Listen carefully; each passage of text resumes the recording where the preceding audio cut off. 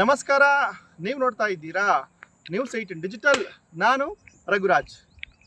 72ನೇ ರಾಷ್ಟ್ರೀಯ ಮಟ್ಟದ ಕಬಡ್ಡಿ ಪಂದ್ಯಾವಳಿಗೆ ವೇದಿಕೆ ಸಜ್ಜಾಗಿದೆ.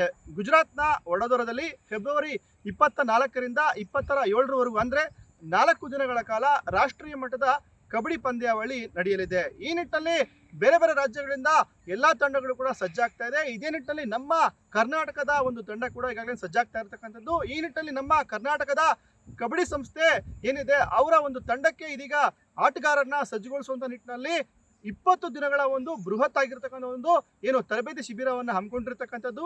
ಕೋಲಾರ ನಗರದ ಇಂಡೋರ್ ಸ್ಟೇಡಿಯಂ ಅಲ್ಲಿ ಈ ಒಂದು ತರಬೇತಿ ಶಿಬಿರವನ್ನು ಹಮ್ಮಿಕೊಂಡಿರ್ತಕ್ಕಂಥದ್ದು.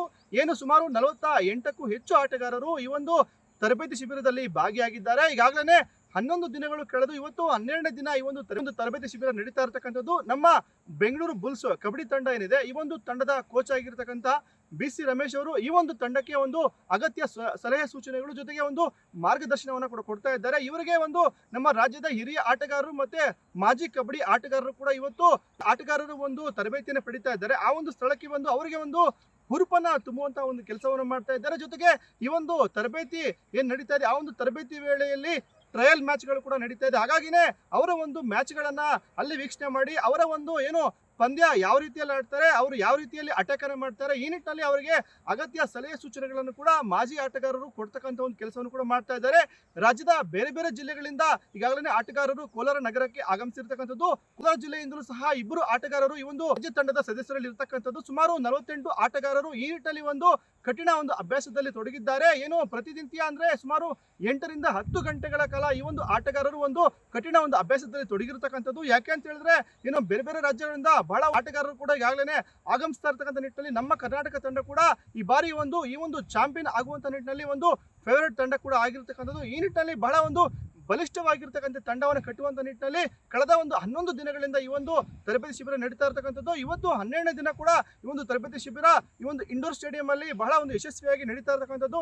ಬಹಳ ಈ ಒಂದು ಹಿರಿಯ ಆಟಗಾರ ಅಂದ್ರೆ ನಮ್ಮ ರಾಜ್ಯ ಕಬಡ್ಡಿ ತಂಡದ ಹಿರಿಯ ಆಟಗಾರರು ಕೂಡ ಆಗಮಿಸಿ ಅವರಿಗೆ ಒಂದು ಅಗತ್ಯ ಸಲಹೆ ಸೂಚನೆಗಳನ್ನ ಕೊಡ್ತಕ್ಕಂಥ ಒಂದು ಕೆಲಸವನ್ನು ಕೂಡ ಮಾಡ್ತಾ ಇದ್ದಾರೆ. ಜೊತೆಗೆ ಮುಖ್ಯ ಕೋಚ್ ಆಗಿರ್ತಕ್ಕಂಥ BC ರಮೇಶ್ ಅವರು ಮತ್ತೆ ಕರ್ನಾಟಕ ರಾಜ್ಯದ ಕಬಡ್ಡಿ ಸಂಸ್ಥೆಯ ಅಧ್ಯಕ್ಷರು ಸೇರಿದಂತೆ ವಿವಿಧ ಪದಾಧಿಕಾರಿಗಳು ಕೂಡ ಆಗಮಿಸಿ ಈ ಒಂದು ಆಟಗಾರರಿಗೆ ಒಂದು ಹುರುಪನ ತುಂಬುವಂತ ಒಂದು ಕೆಲಸವನ್ನು ಕೂಡ ಮಾಡ್ತಾ ಇದ್ದಾರೆ. ಯಾಕಂತ ಹೇಳಿದ್ರೆ ಈಗಾಗಲೇ ನಾವು ಗಮನಿಸಬಹುದು ಪ್ರೋ ಕಬಡ್ಡಿಯಲ್ಲಿ ಬಹಳ ಒಂದು ಉತ್ತಮ ಪ್ರದರ್ಶನವನ್ನ ತೋರ್ತಾ ಇರತಕ್ಕಂಥ ಆಟಗಾರರು ಕೂಡ ಈ ಬಾರಿ ಒಂದು ರಾಜ್ಯ ಕಬಡ್ಡಿ ತಂಡದಲ್ಲಿ ಒಂದು ಸ್ಥಾನವನ್ನ ಪಡಿಲಿಕ್ಕಿದ್ದಾರೆ. ಈ ನಿಟ್ಟಿನಲ್ಲಿ ಅವರಿಗೆ ಅದೇ ಒಂದು ಮಾರ್ಗದರ್ಶನವನ್ನು ಕೊಡ್ತಕ್ಕಂಥದ್ದು ಬಹಳ ಒಂದು ಮುಖ್ಯವಾಗಿರುತ್ತೆ. ಯಾಕಂತ ಹೇಳಿದ್ರೆ ಬಹಳ ಒತ್ತಡದ ಒಂದು ಪಂದ್ಯಾವಳಿಗಳು ಕೂಡ ಈಗಾಗಲೇ ಎದುರಾಗುವಂತ ನಿಟ್ಟಿನಲ್ಲಿ ಇರೋದ್ರಿಂದ ಈ ಒಂದು ಆಟಗಾರರಿಗೆ ಒಂದು ಮನೋಸ್ಥೈರ್ಯ ಒಂದು ತುಂಬುವಂತ ಒಂದು ಕೆಲಸವನ್ನು ಕೂಡ ಮಾಡ್ತಾ ಇದ್ದಾರೆ. ಈ ನಿಟ್ಟಿನಲ್ಲಿ ಒಂದು ಕಾರ್ಯಾಗಾರ ಜೊತೆಗೆ ಅವರಿಗೆ ಒಂದು ತರಬೇತಿ ಶಿಬಿರವನ್ನು ಕೂಡ ಹಮ್ಮಿಕೊಂಡಿರ್ತಕ್ಕಂಥದ್ದು. ಇನ್ನು ಕರ್ನಾಟಕ ಕಬಡ್ಡಿ ಸಂಸ್ಥೆ ಹಮ್ಮಿಕೊಂಡಿರ್ತಕ್ಕಂಥ ಈ ಒಂದು 20 ದಿನಗಳ ಕಾಲದ ಒಂದು ತರಬೇತಿ ಶಿಬಿರವನ್ನ ಮಾಜಿ ಸಂಸದ ಎಸ್ ಮುನಿಸ್ವಾಮಿ ಅವರು ಕೋಲಾರದಲ್ಲಿ ಆಯೋಜನೆ ಮಾಡಿರ್ತಕ್ಕಂಥದ್ದು.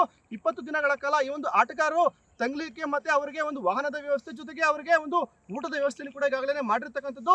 ಇನ್ನು ಇದೇ ವೇಳೆ ಆಟಗಾರರ ಒಂದು ಪ್ರದರ್ಶನವನ್ನ ಸ್ಥಳದಲ್ಲಿ ವೀಕ್ಷಣೆ ಮಾಡಿದಂತಹ ರಾಜ್ಯ ಕೋಚ್ ಆಗಿರ್ತಕ್ಕಂಥ BC ರಮೇಶ್ ಅವರು ಈ ಬಗ್ಗೆ ಮಾತನಾಡಿದ್ದಾರೆ. ನಮ್ಮ ಕರ್ನಾಟಕ ಕಬಡ್ಡಿ ತಂಡ ಬಹಳ ಒಂದು ಬಲಿಷ್ಠವಾಗಿರ್ತಕ್ಕಂಥ ತಂಡ ಕೂಡ ಆಗಿದೆ. ಈ ನಿಟ್ಟಿನಲ್ಲಿ ನಾವು ಅವರಿಗೆ ಉತ್ತಮ ಒಂದು ಮಾರ್ಗದರ್ಶನವನ್ನು ಕೂಡ ಕೊಟ್ಟಿದ್ದೇವೆ. ಖಂಡಿತ ಈ ಬಾರಿ ನಮ್ಮ ಒಂದು ತಂಡ ಕಪ್ ಗೆಲ್ಲುವಂತಹ ಒಂದು ಎಲ್ಲ ಒಂದು ಸಾಧ್ಯತೆಗಳು ಕೂಡ ಇದೆ ಅಂತಕ್ಕಂಥ ಒಂದು ಮಾತನ್ನು ಕೂಡ ಹೇಳಿರ್ತಕ್ಕಂಥದ್ದು. ದಿನ ಕರ್ನಾಟಕ ಕಬಡ್ಡಿ ಕೋಚಿಂಗ್ ಕ್ಯಾಂಪ್ ಕೋಲಾರದಲ್ಲಿ ಏರ್ಪಟ್ಟಿದೆ. 72 ನ್ಯಾಷನಲ್ಸ್ಗೆ ತರಬೇತಿ ಶಿಬಿರ ಮಾಡಬೇಕು ಅಂತ ಅಂದ್ಕೊಂಡಿದ್ವಿ ಸ್ಟೇಟ್ ಕಬಡ್ಡಿ ಅಸೋಸಿಯೇಷನ್ನು. ಅದರಲ್ಲಿ ಬಲಿಷ್ಠ ಆಟಗಾರರು ಗಗನ್ ಗೌಡ, ವಿಶ್ವ, ಸುಶೀಲು ಮತ್ತು ಅಭಿ ಹಲವಾರು ಕಬಡ್ಡಿ ಆಟಗಾರರು ಈ ತಂಡದಲ್ಲಿದ್ದಾರೆ. ಕರ್ನಾಟಕ ಕೋಚಿಂಗ್ ಕ್ಯಾಂಪ್ನಲ್ಲಿದ್ದಾರೆ. ನಮ್ಮ ಬೆಂಗಳೂರು ಬುಲ್ಸ್ನ ಸತ್ಯಪ್ಪ ಮೇಟಿ ಕೂಡ ಈ coaching ಕ್ಯಾಂಪ್ನಲ್ಲಿದ್ದಾರೆ.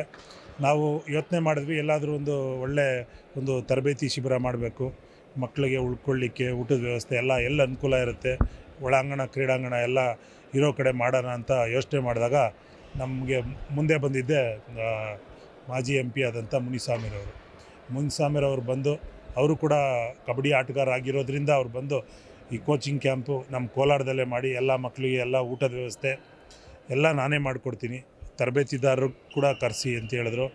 World cup gold medal ತ್ಯಾಗರಾಜರವರು ಬಂದರು ಮತ್ತು ಏಷ್ಯನ್ ಗೇಮ್ಸ್ ಗೋಲ್ಡ್ ಮೆಡಲಿಸ್ಟ್ ಜೀವಾ ಕುಮಾರ್ ಅವರು ಕೂಡ ಈ ಒಂದು ತರಬೇತಿ ಶಿಬಿರಕ್ಕೆ ಒಬ್ಬರು ಹೆಡ್ ಕೋಚು, ಒಬ್ಬರು ರೈಡಿಂಗ್ ಕೋಚು, ಡಿಫೆನ್ಸ್ ಕೋಚ್ ಅಂತ ಶಬೀರ್ ಬಾಪುರ್ ಅವ್ರನ್ನ ರೈಡಿಂಗ್ ಕೋಚ್ ಆಗಿ ನಾವು ಮಾಡಿದ್ದೀವಿ.